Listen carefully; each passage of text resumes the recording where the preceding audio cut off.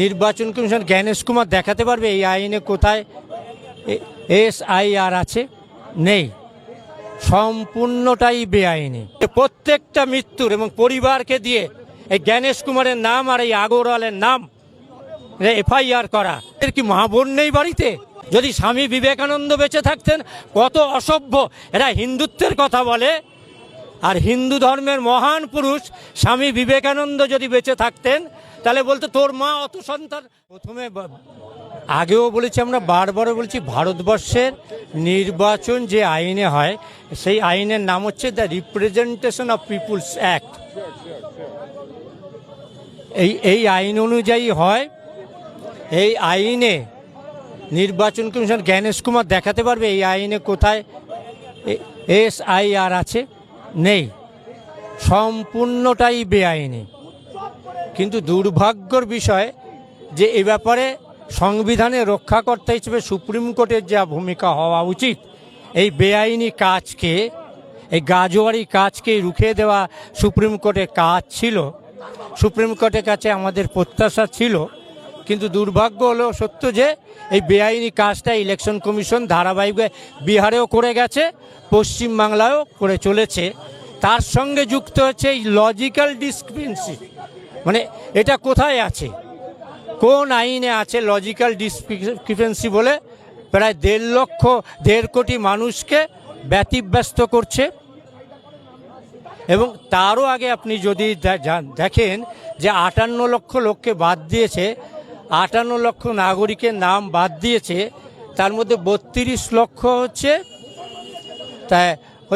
তারা শিফটিং, মানে তারা অন্য জায়গায় গেছে। 22 লক্ষ লোক মারা গেছে। যে কথাটা চাপা দিয়ে দিচ্ছে, মিথ্যে কথা বলছেন। 24 সালের 7ই আগস্ট পশ্চিমবাংলার SSR হয়েছিল, স্পেশাল সামারি রিভিশন হয়েছিল।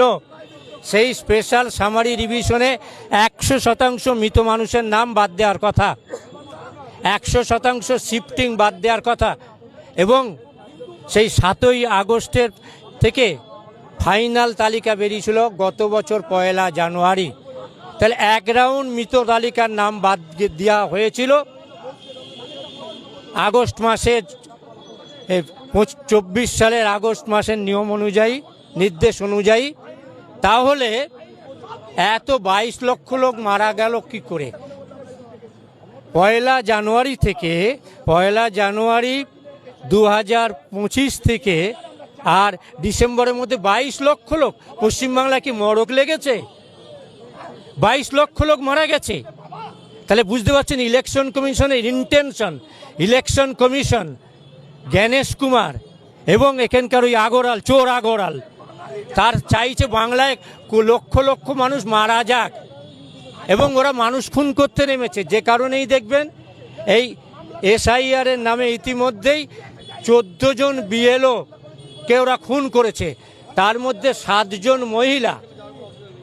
ভাবতে পারছেন, এরা 7 জন মহিলা BLO কে খুন করেছে। এবং কেউ কেউ তো আত্মহত্যার যে সুসাইড নোট, সেই সুসাইড নোটে ইলেকশন কমিশনের নাম লিখে গেছে। ফলে আমি পশ্চিমবঙ্গ সরকারকে অনুরোধ করব যে প্রত্যেকটা মৃত্যুর এবং পরিবারকে দিয়ে এই জ্ঞানেশ কুমারের নাম আর এই আগরওয়ালের নাম FIR করা। ভাবছে শিল্ড আছে, মোদিরা একটা আইন করে ইলেকশন কমিশনকে শিল্ড দিয়েছে, তার বিরুদ্ধে ব্যবস্থা নেওয়া যাবে না। চিরকাল এই পদে থাকবেন না আগরওয়াল, মনোজ আগরওয়াল এই পদে থাকবেন না, চিরকাল জ্ঞানেশ কুমার থাকবেন না। তারপরে এই খুনের অভিযোগে তার বিচার হবে। এবং এই যে রাজ্য জুড়ে কোটি কোটি মানুষকে ব্যতিব্যস্ত করা এবং অসংখ্য মানুষকে, ভাবতে পারছেন 95 বছর বয়স্ক মানুষ, এদের কি মা বোন নেই বাড়িতে? হ্যাঁ, মাকে 95 বছরের মা, তার নাকে অক্সিজেনের নল গোজা, তাকে বলছে হেয়ারিং এসে দাঁড়াও। হ্যাঁ, তাকে বলছে আপনার ইয়েতে এসে দাঁড়াও, হেয়ারিংয়ে এসে দাঁড়াও। এই যে হেনস্থা, এই হেনস্থার বিরুদ্ধে ইতিমধ্যেই BLOরা খুব সঠিক সিদ্ধান্ত নিয়েছে।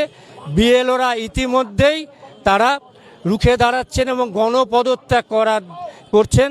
আমরা বলছি, আমরা তাদের আমরা স্যালুট জানাচ্ছি। এবং বলবো এরা কতখানি অসভ্য বর্বর। দেখুন, এরা অমর্ত্য সেনকে নোটিশ পাঠিয়েছে কেন জানেন? অমর্ত্য সেনের মা অত অল্প বয়সে সন্তান হলো কি করে ভাবুন। 19 বছর 6 মাস বয়সে অমর্ত্য সেন যখন জন্মান তখন অমিতা দেবীর বয়স হচ্ছেন, শ্রদ্ধা অমিতা দেবীর বয়স হচ্ছেন 19 বছর 6 মাস। এরা কারুর ক্ষেত্রে প্রশ্ন তুলছেন, তোদের এত সন্তান কেন? 6 সন্তান। এরা জানে না স্বামী বিবেকানন্দ 10 ভাই বোন। স্বামী বিবেকানন্দ, তার মানে ভাবতে পারছেন স্বামী বিবেকানন্দের মা সম্পর্কে এরা প্রশ্ন তুলছেন।